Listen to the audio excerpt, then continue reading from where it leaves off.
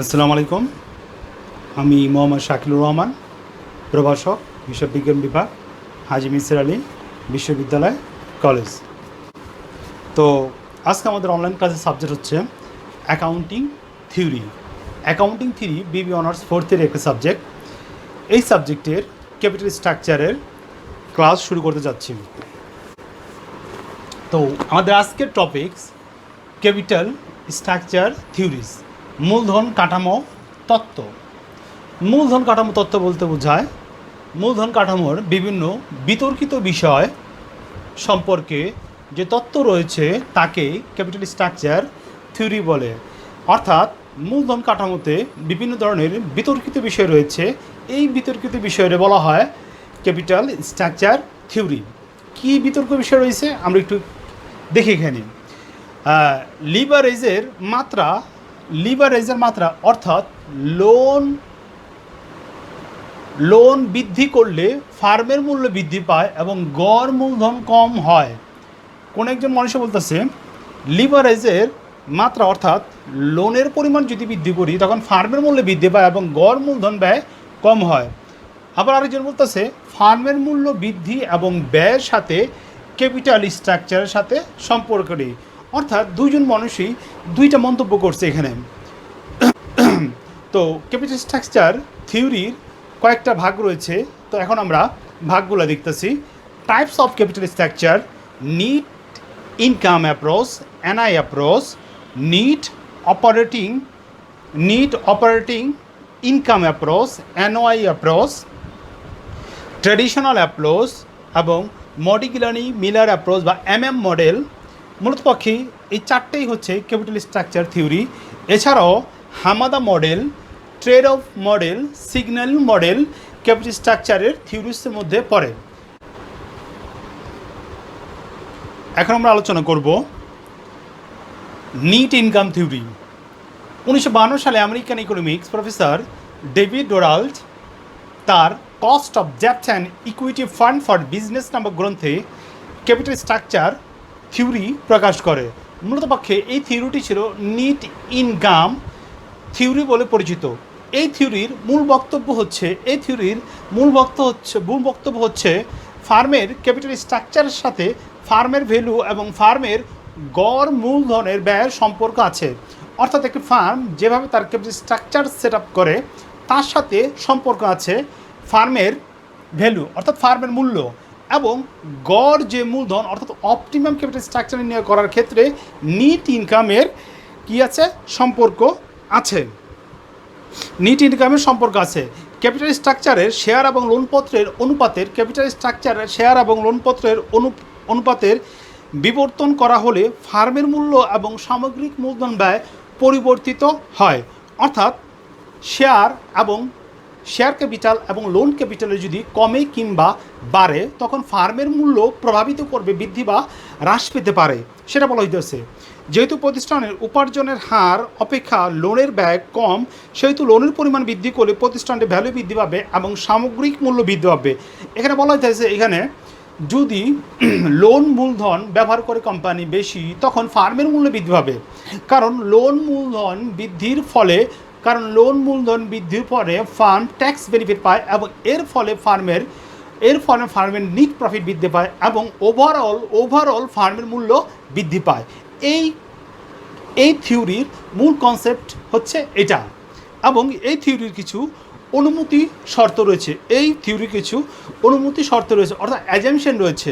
Assumption একে বলা হচ্ছে মূলধনের উৎস দুটি থাকবে, অর্থাৎ মূলধনের উৎস দুটি থাকবে, শেয়ার ক্যাপিটাল থাকবে এবং থাকবে ডেপ্ট অথবা বন্ড থাকবে।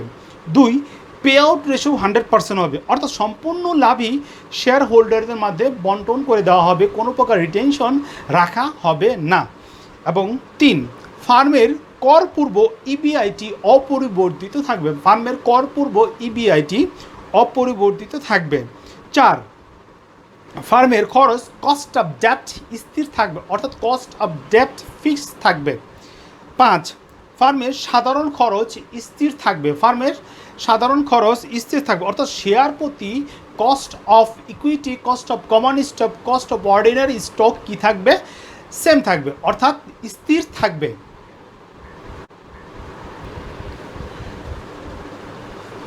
Net income theory.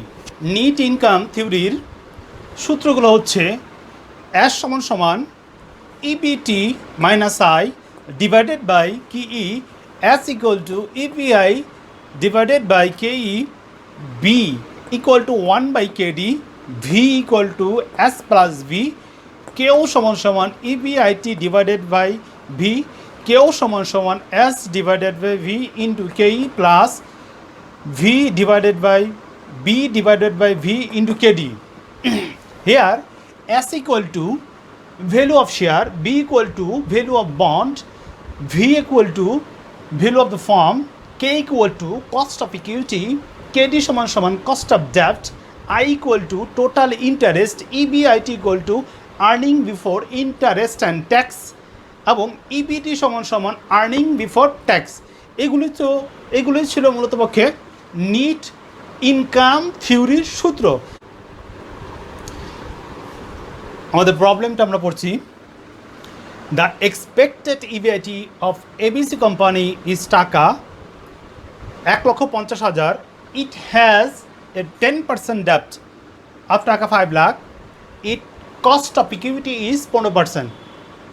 অর্থাৎ এখানে বলা হইতেছে একটা কোম্পানির, এবিসি কোম্পানির ইবিআইটি দেওয়া আছে 1.5 লক্ষ টাকা, এবং এই কোম্পানি লোন গ্রহণ করছে 5 লক্ষ টাকা, এবং লোনের বিপরীতে তাকে শোধ দিতে হবে 10%, এবং কস্ট অফ ইকুইটি দেওয়া আছে কত 15%। এখানে বের করতে বলা হয়েছে value of the share, value of the firm, overall cost of capital, value of the firm, value of the share and overall cost of capital. তো আমরা জানি এস সমান সমান EBIT minus I divided by K E, EBIT minus I divided by KE, I equal to total interest, I equal to total interest। এখানে EBIT দেওয়া আছে কত, আমরা লিখলাম 1,50,000, আর আই ইন্টারেস্ট দেওয়া আছে এই যে 5 লক্ষ টাকা আছে, এটা 10%, 5 লক্ষ গুণ 10% সমান সমান 50,000, আর কেই কস্ট অফ ইকুইটি দেওয়া আছে, এখানে কস্ট অফ ইকুইটি দেওয়া আছে 15%, কস্ট অফ ইকুইটি দেওয়া আছে কত 15%, 15% সমান সমান 0.15। এখন আমরা মানগুলো বসা দিই, মানগুলো বসালে এখানে 1,50,000 বিয়োগ 50,000 0.15, এটা যদি করি আমাদের রেজাল্ট আসে টাকা 6,667,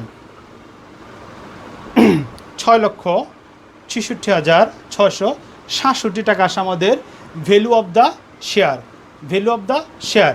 এখন আমরা বের করব ভ্যালু অফ দ্য ফার্ম, এটা আমরা বের করলাম। এখন আমরা বের করব ভ্যালু অফ দ্য ফার্ম। তো আমরা জানি ভ্যালু অফ দ্য ফার্ম সমান সমান এস প্লাস বি।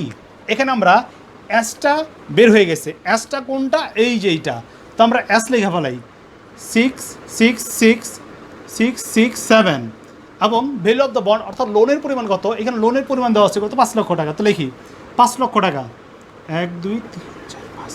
এখন যোগ করে দিতে হইব,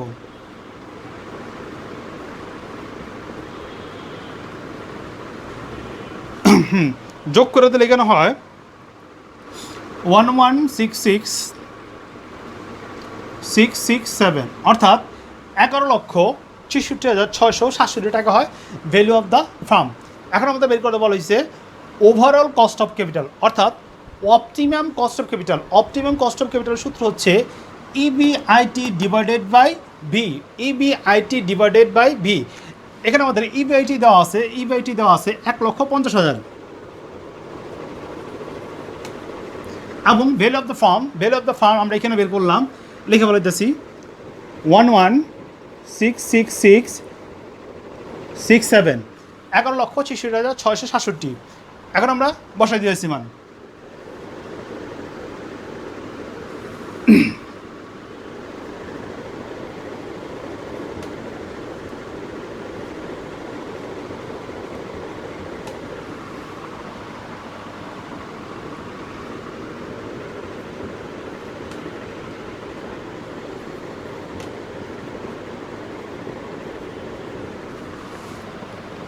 মান বসাই দিলাম, মান বসাই দিয়ে দেখলাম এখানে ওভারঅল কস্ট অফ ক্যাপিটাল হয় 12.68, অর্থাৎ অপটিমাম কস্ট অফ ক্যাপিটাল হয় 12.68। তো আমাদের আজকের অ্যাকাউন্টিং থিওরি ক্লাস এখানে সমাপ্তি। পরবর্তী লেকচার দেখার জন্য আমন্ত্রণ রইল।